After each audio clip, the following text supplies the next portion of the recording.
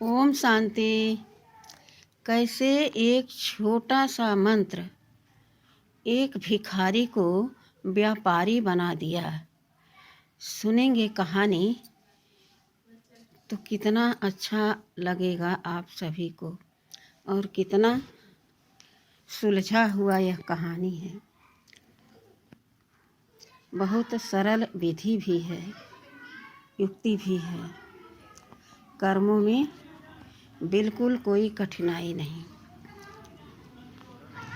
तो उस विधि को हम सभी अपनाएंगे और अपने जीवन को सुखमय बनाएंगे। ठीक है। हम एक कहानी के माध्यम से स्पष्ट करते हैं। एक बार रेलवे स्टेशन पर एक भिखारी भीख मांगता था। आते जाते लोग उसको कभी 1 रुपया 2 रुपया डाल देते थे, तो वही वो ले करके कुछ खाकर पानी पी करके अपना जीवन उसी रेलवे स्टेशन पर ही व्यतीत करता था और वहीं सोता था। एक दिन एक बहुत बड़ा व्यापारी उसी रेलवे स्टेशन से गुजर रहा था और भिखारी रोज की तरह अपना हाथ फैलाए कह रहा था कि बाबूजी कुछ दे दो, माताजी कुछ दे दो, भाई साहब कुछ दे दो, कोई तो कुछ दे दो। कटोरा लिए, झोली लिए, हाथ फैलाए मांगता था। तो जिसको समझ में आता, जिसके पास रहता, जिसको दया आती, तो उसको 2 रुपया 1 रुपया दे देता। जब ऐसा करते करते शाम होने लगता तो उसको बहुत थकान होती, बहुत मायूसी छा जाती, उदास हो जाता और संकल्प चलता उसके मन में, काश मुझे भी कोई काम ऐसा मिल जाता जो हमें भीख न मांगनी पड़ती, कभी भी हमें भीख ही न मांगनी पड़े। ऐसा कोई हमको भी उपाय आ जाता, कोई हमारा सहयोगी बन जाता, मदद कर देता, तो हम भीख मांगने से छुटकारा पा जाते। हम ऊब गए हैं, थक गए हैं इस भीख मांगने से, तो पेट नहीं भरता और हम क्या करेंगे। वस्त्र है, शरीर के लिए, बीमारी के लिए दवा दारू भी है, तमाम प्रकार की समस्याएं हैं, लेकिन कोई 1-2 रुपया से ज़्यादा देता भी नहीं। और हम उस रुपये से कुछ कर भी नहीं सकते कि उससे तो मेरा पेट भी नहीं भरता, तो और हम आगे क्या सोचेंगे। एक दिन वह भिखारी उधर से जा रहा था, भीख मांगते हुए रेलवे की पटरियों पर घूम रहा था। घूमते घूमते वो आ गया मुख्य द्वार पर, जहाँ से सभी लोग गुजर रहे थे, और सबसे वह हाथ पसारे मांग रहा था। तभी एक सामने अच्छा खासा व्यापारी निकल रहा था और जोर से भिखारी ने कहा, बाबूजी कुछ तो दे दीजिए। क्योंकि वह व्यापारी सेठ था, तो सेठ की तरह उसका पहनाव भी था, शरीर भी था। सेठ ने मुड़कर देखा और कहा, सॉरी, तुम तो भिखारी हो, मैं एक बहुत बड़ा व्यापारी हूँ, मैं व्यापार करता हूँ। पहले कोई कुछ मुझे देता है, फिर मैं मुझे देता हूँ। तुम्हारे पास तो कुछ है नहीं, तुम मुझे कुछ दो तो हम तुम्हें दे दें। कहकर चला गया। भिखारी अब रोज सोते उठते बैठते जागते सबसे भीख मांगते हुए भी उसके मन में यह संकल्प चलता कि आखिर वह सेठ, वह इतना बड़ा बिजनेसमैन, वह व्यापारी हमसे क्या लेगा, हमारे पास तो कुछ है भी नहीं जो हम उनको कुछ दे सकें, तो वह बदले में हमें शायद कुछ ज़्यादा दे दें। सोचते सोचते एक दिन भिखारी को दिमाग में यह चला कि मेरे पास तो कुछ वैसा है नहीं जो हमारे पास होना चाहिए, लेकिन पास में गुलाब के पौधे लगे थे, बहुत सुंदर सुंदर फूल खिले थे, और वह गुलाब वह भिखारी सुबह तोड़ लेता और बैठ जाता उस फूल को ढक करके और सभी से भीख मांगता, कुछ दे दो, कुछ दे दो। तो जो उसको देखता देता उसे वह भिखारी एक फूल देता बदले में। जब कोई 2 रुपया देता और फूल देता तो इंसान इतना खुश होके जाता कि वह भिखारी भी खुश हो जाता, ऐसा लगता मैंने कुछ कमा लिया है, जबकि वो उसकी स्थिति वहीं की वहीं थी। ऐसा करते करते उसको खुशी मिलने लगी, लेकिन परिस्थितियां नहीं बदल रही थी। उसी रेलवे स्टेशन से एक दिन वह व्यापारी गुजरा और कहा कि साहेब, आपने कहा था कि जब तुम कुछ मुझे दोगे तब मैं आपको कुछ दूंगा। आज मेरे पास कुछ आपको देने के लिए है, आप मुझसे ले लीजिए। व्यापारी बहुत खुश हुआ, सोचने लगा कि आज यह क्या देगा। व्यापारी बोला, ठीक है, दो। पहले जो प्रणाम करता है, जो दान करता है, उसका नाम पहले होता है। व्यापारी तो देने के लिए कुछ नहीं कहा, लेकिन भिखारी ने पहले गुलाब का सुंदर सा फूल ले करके उसके सामने खड़ा हो गया और कहा, साहब, यह फूल आपके लिए भेंट है।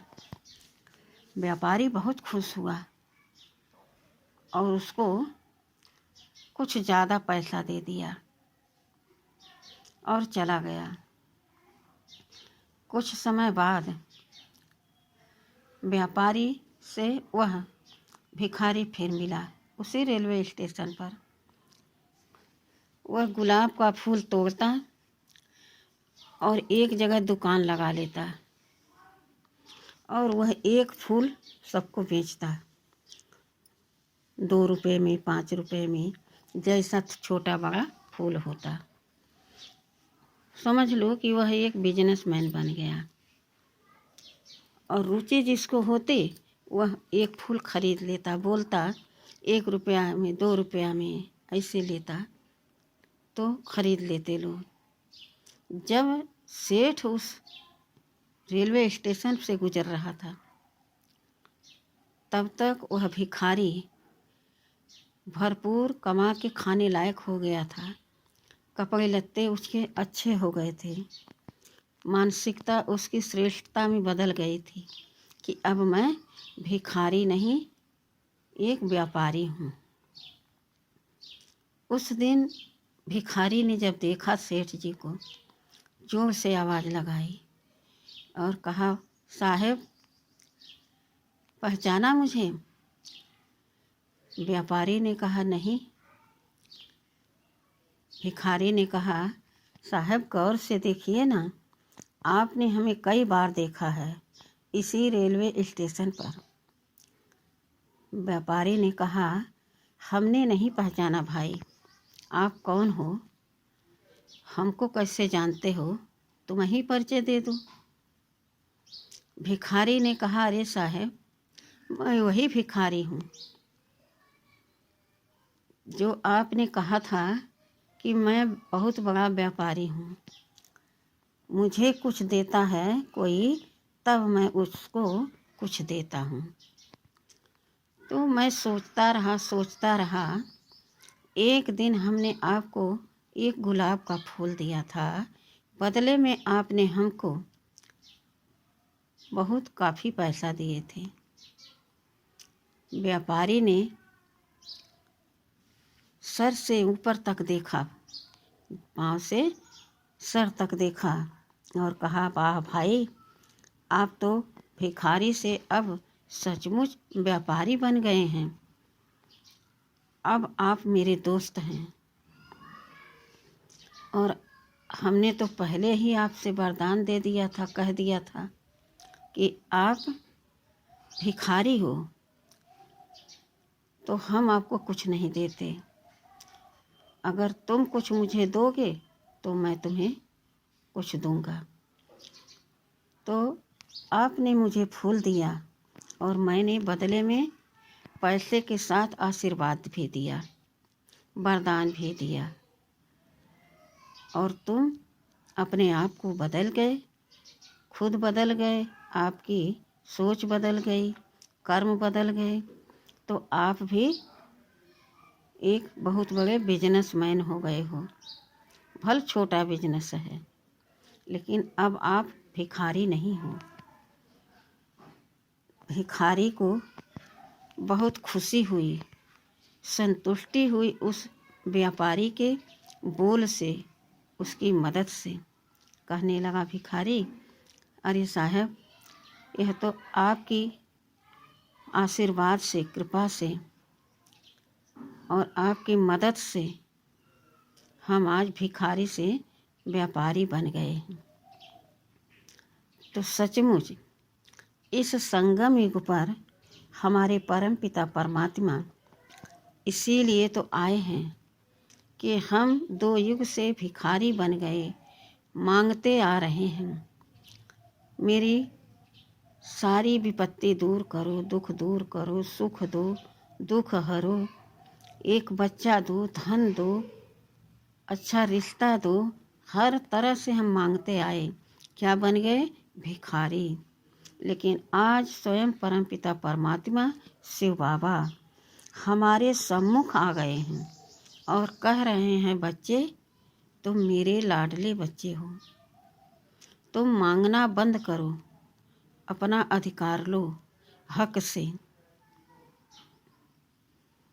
तुम मेरे वारिस हो, सब कुछ मेरा तुम्हारा है और तुम मेरे हो, तो तुम्हें मांगने की ज़रूरत नहीं है। बस मेरी श्रीमत पर चलते रहो तो तुम्हारा मांगना बंद हो जाएगा 21 जन्मों के लिए। तो हम सभी अब समझदार हो गए, समझ गए। तो आज से मांगने का संकल्प बंद कर देना है और एक श्रेष्ठ कर्म करने का दृढ़ संकल्प करना है। कुछ भी हो जाए, हम भगवान के साथ हैं, उनका वरदान, उनका हाथ, उनका प्यार मेरे साथ है। तो हमें अब किसी बात की कोई फिक्रात नहीं, सारे बोझ बाबा को दे दिए। अब बाबा संभालो और मैं निमित्त मात्र इस सृष्टि रंगमंच पर कर्म कर रही हूँ, श्रेष्ठ दुनिया बनाने के लिए भगवान का मैं सहयोगी बन गया हूँ। तो भगवान हमारा हर समय मदद करता रहेगा, इस बात का हमें निश्चय होना चाहिए, विश्वास होना चाहिए। केवल एक कदम हिम्मत का बढ़ाते चलो, सफलता तुम्हारा कदम चूमती रहेगी, क्योंकि हम सफलता मूर्त हैं। भगवान ने हमें वरदान दे दिया है, हम भगवान के बच्चे हैं, भिखारी नहीं हैं। ठीक है? अच्छा, ओम शांति।